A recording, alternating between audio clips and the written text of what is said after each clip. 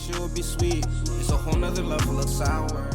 Yo, what's going on, guys? Welcome back to the Tinted Visors podcast, back here with episode 11 of season 2. Today, as always, we're going to start with our recaps. Then we're going to talk about some goalies we could see being moved. Then we're going to look at some free agent signings from this past offseason. Finally, we're going to take a look at some four nations, make some predictions right before the rosters get announced. That being said, let's get right into it. Getting right into the recaps of the past week. It's all about the wild card race right now. Buffalo starting to compete, starting to pick it up. It's looking good for them. And the New York Rangers fall down to the first wild card spot. Looking like they might shake up the roster. There's reports about Trouba being on his way out, Chris Kreider on his way out potentially. I mean, they're wasting prime years of, Panarin, Adam Fox, so they got to sort of win right now. And I don't know, it looks like they're going to blow it up. I don't know what that means for them going forward. It's tough. In the offseason, we talked about this season being, their best shot at a Stanley Cup, with Shesterkin expiring and the prime years, Fox, Panarin, and that core, Kreider, not getting any younger by the day. So it sounds like they do want to shake up the core. So we'll see what the Rangers decide to do, but, might be some trouble in New York. Yeah, if they can move on from either one of those contracts, Trouba frees up $8 million. That'll be a huge benefit for them, as they can go out and pick up someone else with that money. Looking over to the Western Conference, Calgary still holding on to the number 2 in the Pacific. We talked about they're going to falter soon, but it doesn't look like it's happening anytime soon. Dustin Wolf, that's all I really have to say. Front runner for the Calder right now, has been absolutely lights out between the pipes for them. But, you look below them, you've got Vancouver, Edmonton, even LA. These teams that are looking for the playoffs, they're hunting, they're going to be hungry down the stretch. I can't see Calgary holding this much longer. I mean, it's win-win for them right now. If they make the playoffs, amazing. If they don't, the expectations were exactly that. Calder race is looking insane right now. Dustin Wolf, Logan Stankoven, Matvey Michkov, and Celebrini coming off injury has, I think, his point per game in those games. It's going to be one for the ages. He spoke about Vancouver and Edmonton. We talked about them battling out for the number 1 seed in the Pacific. Right now, they're battling out for the second wild card spot. Give me some sort of insight. Where do you think each of those teams are going to finish by the end of the season? Yeah, definitely got more insight into Vancouver right now. Still missing Thatcher Demko. JT Miller has taken a leave for personal reasons. Besser just got back from injury. So you're missing a lot of your core that, was a big part of your run last year. Hoping to see Demko hopefully December-ish. Not really sure what his timetable is. In Edmonton, that slow start, they're still recovering from that.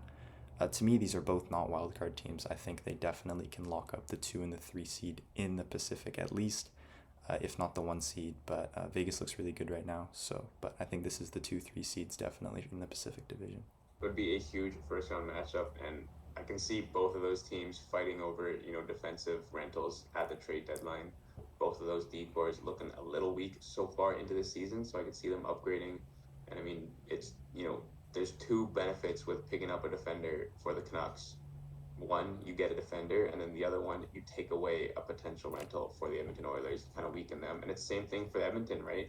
If you pick up a rental, you're not only adding that to your D-core, but you're taking that away from the Vancouver Canucks. So it's a huge battle, a huge race for the wild cards in both conferences right now, and we'll see what comes out of it.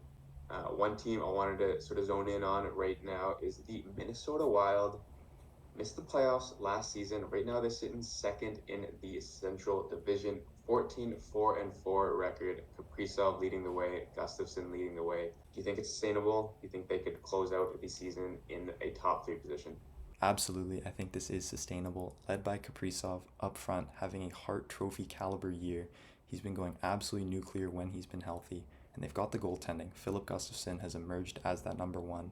And Marc-Andre Fleury has emerged as a very serviceable backup this year. And Minnesota, a lot of young guys and a mix of old guys. Matt Zuccarello and even some young guys. Marco Rossi's having a great year. Matt Boldy as well, a young star in the making. So to me, this Minnesota team is the real deal, and I could see them making a run in the playoffs this year. Yeah, I mean, they've shown no signs of slowing down so far. And I think, with the prospect of Wallstead kind of coming up, I think it kind of gave Fleury and Gustafsson a little jump in their step, kind of, establishing that they are the 1 and 2, and Wallstead's going to have to wait a couple years for his shot. And they're playing really well. Fleury hasn't even lost in regulation yet, kind of turning the clock back a little bit for him. Kind of funny, Jacob Middleton leads their D-core in points, ahead of Brock Faber right now. I don't think that's going to last, but it's a little funny to point out there. And then all reports kind of pointing to David Jiricek maybe going to Minnesota. That would be a huge boost to that decor. Obviously, in a new environment, we could really see him sort of flourish and sort of break out. And they have, like you mentioned, they have a lot of young guys that could potentially get some games in the latter half of the season and potentially, give them a little boost in the playoffs. But I really think this team could go far. Going over to our top three segment of this week, we're going to go with top three goalies that we most likely see on the move, whether they want out or whether they're looking attractive to other teams right now. Typically, I go first, and Caden, sometimes, we match up and you don't have much to say. So I'm going to let you take it away here, and we'll go one for one. Oh, thank you, thank you. All right, so gonna start with a guy who's pretty hot, on a team that might not make the playoffs, so could look to move him come deadline. We're gonna go with the Detroit Red Wings goalie. We're gonna go with Cam Talbot. They have Alex Lyon waiting there, and Talbot a little bit older. Could see him being moved to a team closer to the deadline, like the Avalanche, a contender that needs some goaltending, just for some picks that can help Detroit a little further down the line. Yeah, solid pick. Obviously, they have three goalies there with Billy Lucuso as well. So one of those guys is pretty dispensable. And I think if he makes Team Canada, that could bring up his trade stock just a little bit, maybe go from a fourth rounder to a third rounder or something like that. But for me, I have someone who's been in trade rumors for, it seems like, forever now. We're going to go with John Gibson. Still a very solid goalie. He's got some good numbers this year on a subpar Anaheim team. But with Lucas Dostal breaking out, having a great season, he's going to be their number one for years to come. John Gibson's time is basically out in Anaheim. I could see a contender swooping in, trying to pick him up, maybe at some salary retained. He does have a pretty high cap hit, but I think he is for sure getting dealt this season. And looking back a couple years when Gibson was more in his prime, a lot of question marks were surrounding why the Ducks weren't moving Gibson. Who knows, they might have called around and maybe they weren't willing to retain any salary, and that's why a deal never got done. But with the emergence of Dostal, like you said, there's no need for Gibson in Anaheim other than mentoring him, but I would like to see him on the move shortly. So that was my second goalie, so we'll go to my third goalie. Also a goalie who's, seemingly been in rumors for a little bit, requested a trade last year. Elvis Merzlikins of the Columbus Blue Jackets. He is 30 now, and he was trying to get out of Columbus last year, so not sure if he's going to be able to. But if Columbus can find a suitor, I see no reason why they would not ship him out. Wasn't happy last season. I could very well see him being moved this year. Going to my second goalie, I've got Phil Grubauer. Pretty big contract, and I think it's something Seattle would like to move on from, especially after signing Joey Daccord to some term. The contract is probably the only thing standing in their way of moving him, but maybe there's a reunion with Colorado. Maybe there's another team looking for a goalie. I could very well see him go. Do you want to give an honorable mention, or should I just go straight to my third? Go ahead. Go into the third. Third one for me, maybe a bit off the board. I'm going to go with Jake Allen. Playing with New Jersey right now, very solid numbers, but he is, sitting in that backup role right now behind Jacob Markstrom. I think if New Jersey wants to free up some cap space and sort of go out for a rental, maybe they might move on from him. And I think he'd have a lot of suitors, as even contenders might look for him to sort of take on a starter role and try to win them a couple games for the playoffs. But yeah, Jake Allen, great season so far. I could see him being more than a backup this season. Moving on to our next segment, we are about a quarter way through the season, so we're going to talk about the free agent signings of the past offseason. Just talking about which ones are doing really well with their new teams and which ones are, not doing so hot. Obviously, understandable. It sometimes takes a while to sort of fit into your new environment, but starting off with a few steals, we're going to go with the guy sitting on my hat. We're going to go with the Tampa Bay Lightning and Jake Gensel. Huge free agent signing. I'm not sure if I'm pretty sure it counts as free agent signing. He was traded in and then signed before, but we're going to call it in this. 21 points in 21 games so far, point per game player. He's doing really well with Braden Point and Nikita Kucherov, and how can you not? Honestly, two of the best forwards we've seen in the past couple of seasons. $9 million, it's a bit high, but he's doing really well so far, and I think they're happy with him in Tampa. Yeah, great signing. They swooped in before the free agency, trading a draft pick for him in order to sign him. And he's fit perfectly on that line with Cooch and Point, like you said, forming one of the best lines in hockey. Another steal I want to mention, staying out east, going to the Columbus Blue Jackets. We're going with Sean Monahan, who was signed 5 years, $5.5 million to be that first line center. And he's looked great. He's just under point per game. Was supposed to be a reunion with his former Calgary teammate Johnny Gaudreau, but unfortunately that tragedy happened. But Monahan has played great and is emerging as Columbus's #1 center. Yeah, he looks great so far and kind of a good transition point until Fantilli can sort of take those reins for a couple of seasons. Another guy on a great deal, Shane Gostisbehere, 17 points in 22 games played at a 3.2 cap hit. That's really good, great, especially considering some of the inflation you see in contracts these days. Fitting in really well with Carolina. Obviously, we know how many guys they lost last offseason, but he's sort of making up for those points there. And I think they're happy with him as a Hurricane. Yeah, production from your blue line is what a lot of NHL teams crave and need. So that Gostisbehere signing, absolutely great. Talk about production from the blue line. I'll go with another blue liner. Going out west, the Seattle Kraken, one of the bigger signings of the offseason with Brandon Montour. He's got 15 points in 22 games, and coming off that career high year a couple seasons back with Florida, people were questioning if he could get back to that, and he's on pace for that. 73 points. He's got the 15 points. Looks great on that Kraken blue line. He is emerging as the Kraken #1 defenseman. Going over to the flip side, we're looking at some of the busts so far in their 10 years. You could argue any one of the big three Nashville signings, Stamkos, Marchessault, or Brady Shea. Highest point producer is Marchessault with 12 points, Stamkos with 11, and Shea with 9. Just not something you want to see, especially with the cap hits that they all signed to, pretty high. And right now, with Nashville doing so poorly, you can't throw all the blame on them, but they must take a pretty good chunk of that weight. And the one saving grace for those contracts, especially the two forwards, is the term. It's not crazy long. It's not the max 7 years. Brady Shea is, but not for Stamkos or Marchessault. So that could be the one saving grace for Nashville if this continues to falter. Another bust, going to talk about some former Canucks, unfortunately, here. Elias Lindholm for the Boston Bruins was brought in to be that #1 center, and, can't really blame him. I think the whole Bruins team is kind of struggling, not really clicking. But, I think he can come around and be that first-line center. Playing with Pasternak, hopefully he can produce a little better. Yeah, you mentioned Shea's term, and Lindholm's got the same 7 years, so he's got to turn around soon and sort of make that contract worthwhile.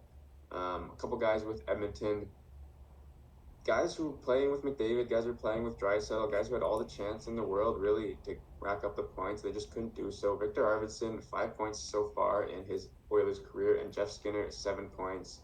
I think both of them have seen time on the fourth line. Can't blame them entirely because they had a slow start as a team, but with McDavid, Draisaitl, and the team sort of picking it up, you would expect these guys to start racking up some points too. In the offseason, we were really hyping these signings up. Skinner, Arvidsson, thought it was, buy low on some guys who still had it, and they're not showing it right now. So hopefully they can improve down the stretch. Then, got to go with Jake DeBrusk here. Unfortunately, has been heating up recently, so hopefully that can continue. But we heard from Boston he can be a streaky player, and that's what we've seen. Playing on Pettersson's wing, Pettersson has struggled as well. Who's also heating up, so hoping for the best for those two moving forward. But yeah, obviously don't want to see those guys do this poorly all season long. Hopefully they can all turn it around. But those are our steals and busts so far of the 2024 free agency class, and let us know who you guys agree with. Let us know if we missed anyone else. There's a lot of guys who are having slow starts with their new teams. Couldn't mention them all, but those are our picks. So just moving on to the final part of today's episode, the Four Nations rosters get announced in about a week. Kenny, are there any takes you want to get off your chest before these rosters get announced?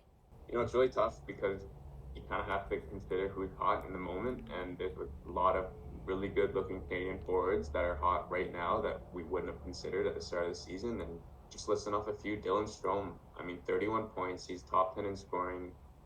You got to think he's got to make it, right? In addition to that, Brandon Hagel, 26 points, had a five assist outing a couple games ago. You got to think that he's on the team as well. Especially, obviously no hit to Bedard. He's got a weaker team, but when you put it in perspective, he's got 16 points right now, and there's 32 forwards who have more points than him. Obviously, if you put him on a more skilled team, he's going to produce, but everyone's expecting Bedard to sort of make that team, and you got to think there's literally more than 30 players who have more points than him. So it's all about who's hot. I don't know how much they're going to take that into consideration, but I would like to see Dylan Strome be rewarded. I would love to see Brandon Hagel get on the team. Another guy, Matt Duchene, 26 points so far. He's been on Team Canada before in the Olympics. To take him for experience, he's got the points to back it up. A lot of guys to choose from. But I will ask you point blank, Kenny, do you think Connor Bedard makes Team Canada? I do, and I don't think that when I said, I hope they take points into consideration, I don't think that they will. I think they're going to obviously build it a little, strategically and see who can play good with who. And I think, honestly, if you put Bedard with, some of these better players, more skilled players, he's going to be, an absolute force out there. You put him in that second line, maybe put him on the wing. I do see him on the team in a week's time. I completely agree with that take. And if they do decide to take Bedard on the team, I could see him having a very similar arc to the one he had at the World Juniors. As a double underager, he came in as the 13th forward, and just through line rushes and practices and stuff, he worked his way up onto that top line. And we all know how that ended at the World Juniors. I could see something very similar at this Four Nations, starting as that 13th forward, working his way up and, getting to see him on a top line. Best on best, I think, would be great. And Team Canada craves that kind of skill. You can get it from a lot of guys, but few do it like Bedard. So definitely hoping he makes the team next week. All right, Kenny, point blank right now, you got to pick one goalie to be your starter for the Team Canada Four Nations team. Who is your final decision before the rosters get announced? It's tough to pick one, especially with all the drama going on with Joey Decord, whether he can play for Team Canada or not. If that is the case and he's eligible, I would definitely pick him as your starter for Game 1.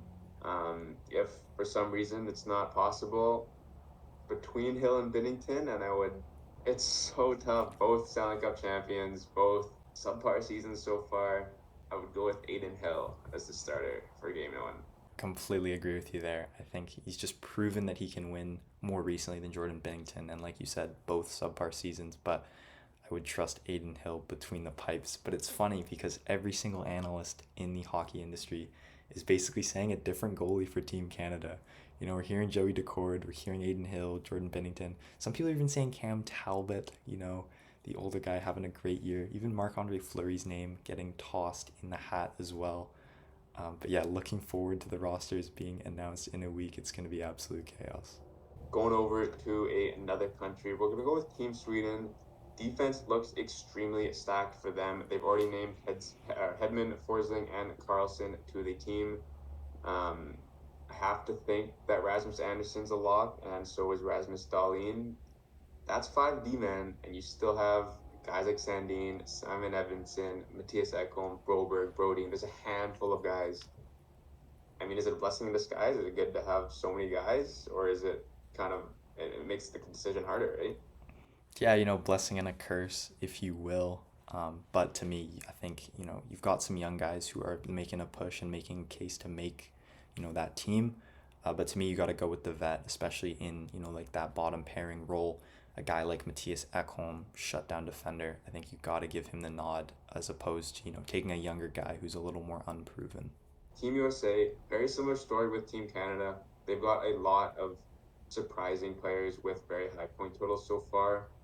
You look at Kyle Palmieri, 19 points, Stefan Nason, 19 points, Alex Tuch, 21 points. That's higher totals than a guy like Jason Robertson, than a guy like Matthew Tkachuk.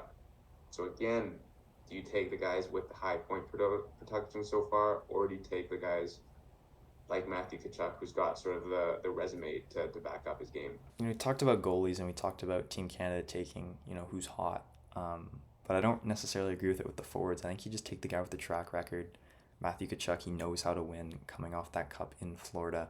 A guy like Stefan Nason, it's no jab at him, but, he's been a bottom 6 guy in the NHL. I don't think he has any place on Team USA. A guy like Jason Robertson, though, less of a two-way game than Tkachuk. Don't know if you take him. He's looked really bad since that 100-point season a couple years ago. And there's just so many guys who can fill a bottom 6 role better than Jason Robertson, who is a prototypical top 6 forward. So, I could see him missing the cut, and honestly, I don't think Team USA would be missing much. It's going to be so disheartening to have like a career year as Stefan Nason, more points than a lot of these top American players, and just no nod for the team. Another guy who's kind of selling his spot right now is Vincent Trocheck. Honestly, based off of last season, I'd put him on, you know, middle six lines. Right now, only 10 points. I could see him not making it. Same thing, you know, same struggles with defense. You know, they got so many guys and already so many locked up spots. Neil Pionk, 19 points. Can you see him making the roster? Neil Pionk is strictly an offensive defenseman. And you look at the roster, Quinn Hughes, Adam Fox, just to name a couple. Like, you have guys who can already fill that role. So I think adding Pionk would be a little redundant. So, you know, he's having a great year. No disrespect to him. But once again, I just can't see him getting the nod. There's going to be so many crazy picks in a week's time. I'm sure we're going to have, you know, a recap of the picks and sort of talk about that later. But, you know, lots of decisions. I would hate to be in that position right now and have to pick between, you know, a 31-point scorer or a 16-point scorer. But something that they're going to have to do and come out with in a week. Yeah, and you know, as soon as those rosters get announced, there's gonna be people in an uproar about so-and-so being snubbed or so-and-so being snubbed. That's always gonna be the case, but looking forward to the madness. All right, guys, that's gonna wrap up today's episode. Thank you for tuning in. A lot of content, as always, throughout the season. But yeah, we'll be looking forward to the Four Nations rosters being announced next week. It's probably going to be the biggest news of the next couple weeks going forward. Yeah, guys, that's going to be all, and we will see you in the next episode. Really thought she would be sweet. It's a whole nother level of sour.